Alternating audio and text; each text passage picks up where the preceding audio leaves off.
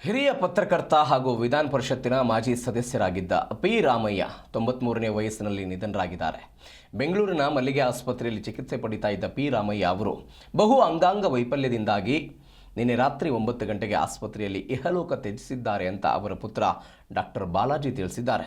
1933 September 12ರಂದು ಜನಿಸಿದ ರಾಮಯ್ಯ ಅವರು ಇಬ್ಬರು ಪುತ್ರರು, ಓರ್ವ ಪುತ್ರಿ ಹಾಗೂ ಸೊಸೆಯಂದಿರು ಮತ್ತು ಮಕ್ಕಳನ್ನು ಬಿಟ್ಟು ಅಗಲಿದ್ದಾರೆ. ಪಿ ರಾಮಯ್ಯ ಅವರು ದಿ ಹಿಂದೂ ಪತ್ರಿಕೆಯಲ್ಲಿ ಸರಿಸುಮಾರು 5 ದಶಕಗಳ ಕಾಲ ವಿವಿಧ ಹುದ್ದೆಗಳಲ್ಲಿ ಪತ್ರಕರ್ತರಾಗಿ ಕರ್ತವ್ಯ ನಿರ್ವಹಿಸಿದರು. ಅದು ಅಲ್ಲದೆ ರಾಮಯ್ಯ ಅವರು ವಿಧಾನ ಪರಿಷತ್ತಿನ ಸದಸ್ಯರಾಗಿ ಕಾರ್ಯವನ್ನು ನಿರ್ವಹಿಸಿದರು. ಕರ್ನಾಟಕ ರಾಜ್ಯೋತ್ಸವ ಪ್ರಶಸ್ತಿ, ಮಾಧ್ಯಮ ಅಕಾಡೆಮಿ ಪ್ರಶಸ್ತಿ, ಕೆಂಪೇಗೌಡ ಪ್ರಶಸ್ತಿಗೆ ಪಾತ್ರರಾಗಿದ್ದ ರಾಮಯ್ಯ ಅವರು ಪತ್ರಿಕಾ ಅಕಾಡೆಮಿ ಹಾಗೂ ವಿವಿಧ ಪತ್ರಕರ್ತ ಕಲ್ಯಾಣ ಸಮಿತಿಯ ಸದಸ್ಯರು ಕೂಡ ಆಗಿದ್ದರು. ಸಣ್ಣ ಪತ್ರಿಕೆಗಳ ಸಮಸ್ಯೆಗಳ ಅಧ್ಯಯನಕ್ಕಾಗಿ ರಚಿಸಲಾಗಿದ್ದ ಸಮಿತಿಯ ಅಧ್ಯಕ್ಷರಾಗಿದ್ದ ರಾಮಯ್ಯ ಅವರು ಸಣ್ಣ ಪತ್ರಿಕೆಗಳ ಸಮಸ್ಯೆಗೆ ಪರಿಹಾರವನ್ನು ದೊರಕಿಸಿದ್ದರು.